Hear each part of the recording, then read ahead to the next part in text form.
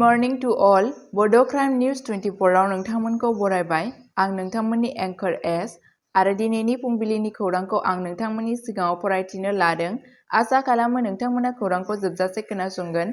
गिबि खौराङावनो दङ BTR government आरो एबसुआ भारतनि नखर मन्थ्रि अमित शाहखौ लोगो हमनानै सावरायहैदों।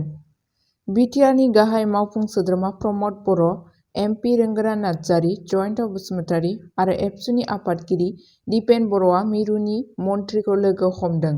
समाज बिजोंनि गेजेरजों मिथिनो मोननाय खौरां बादियै मैया दुलाराय बर' फरायसा आफादनि मोनसे थान्दै हान्जाया पार्लियामेन्ट हाउसआव भारतनि नखर मन्थ्रि मानगोनां मुंश्री अमित शाहखौ लोगो हमनानै सावरायहैदों। लोगो हमनानै सावरायहैनायनि आयदाफोरा जादों सेथियाव दुलाराय बर' फरायसा आफादनि खुंगा 57थि बोसोरसालिया जथुमनि गेवलां मेलाव भारतनि मानगोनां नखर मन्थ्रि मुंश्री अमित शाहखौ गाहाय आलासि महरै हांख्रायनाय। नैथियाव गोदान दिल्लीयाव गुबुन गुबुन गेदेमा सुबुंफोरनि मुङै लामा आरो फ्लाइअभारनि मुंखौ दोननाय बादिनो बड'फाखौ मान होनानै बड'फा उपेन्द्रनाथ ब्रह्मनि मुङैबो लामा नङाब्ला फ्लाइअभारनि मुंखौ गोदान दिल्लीयाव मोनसे दोननांगौ। थामथियाव BTR गोरोबथानि दफा 4.3 बादियै BTRजों लोगोसे सा-सानजा भारतआव थानाय 6थि फारिलाइ एबा 6th शेड्युल ओनसोलाव मिरु सरकारनिफ्राय थोंजोङै रां दैथायहरनाय। ब्रैथियाव BTC आरो BTR गोरोबथायाव दफा लाबोखानाय बादियै कार्बि आंलंआव थानाय बर'फोरखौ हाजोआरि मोनथाय एबा STHखौ थाबैनो मावफुंनानै होनाय।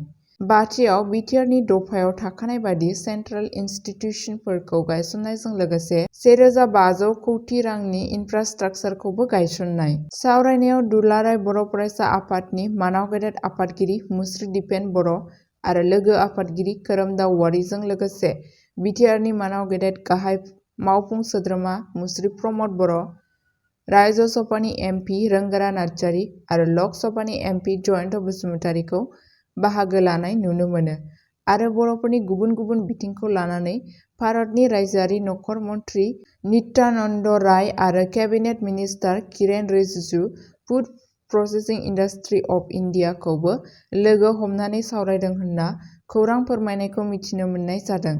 रिपर्टनि बादियैब्ला मिरु एबसुनि खुंगा 57थि बोसोरसालिया जथुमनि गेवलां मेलाव भारतनि नखर मन्थ्रि अमित शाहआ बाहागो लानो खोथा होबाय। नैथि खौराङावनो दङ मध्य प्रदेशनि छतरपुराव 12 थाखोनि फरायसाया रायनायनि उनाव फरायसालिनि गोरायुंखौ गुलि गावनानै बुथारदों। मोनसे सोमोनांथाव जाथायाव 12थि थाखोनि सासे फरायसाया सुक्रुबारनि सानजौफुआव मोनसे सोमोनांथाव जाथायाव गावनि फरायसालिनि गोरायुंखौ गुलि गावनानै बुथारदों।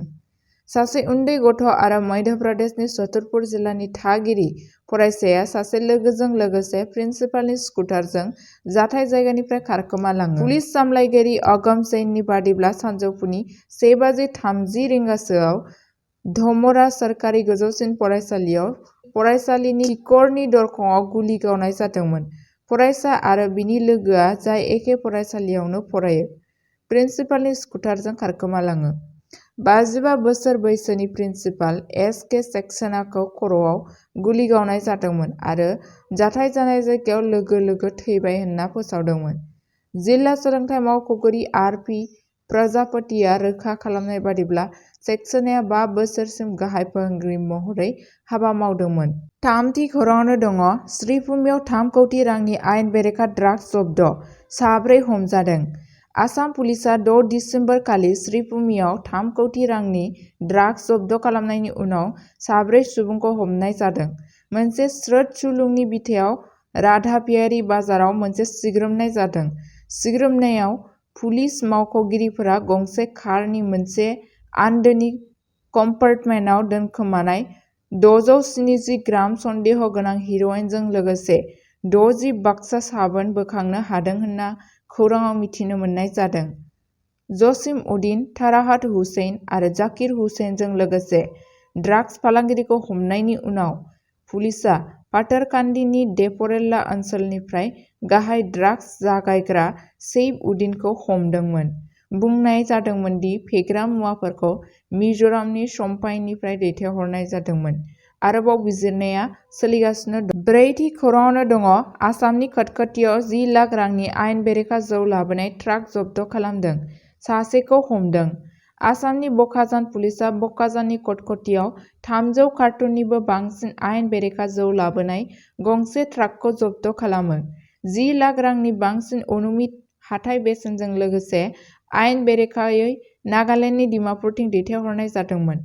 ट्राकखौ बिबानगिरिफोरा गौतम बस्तीनि खाथियाव होबथादोंमोन। सालायगिरि, जायनि सिनायथिखौ राज खान होनना मिथिनाय जादों, खानाय जादों आरो पुलिसआ गावसोरनि नायबिजिरनायखौ सोलिगासिनो दं। बिबानगिरिफोरा जौ फालांगि रेकेटनि सोलिबाय थानाय नायबिजिरनायनि बाहागो महरै कटकटीनिफ्राय सुबोध मुंनि सासे जौ फालांगिरि आरो शिबसागरनि सासे सन्देह गोनांखौबो हमनाय जादों। बड' क्राइम निउज 24 खौ नायनायनि थाखाय साबायखर।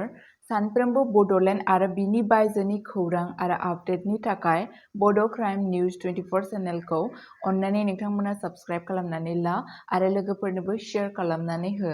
गोजोन्थों।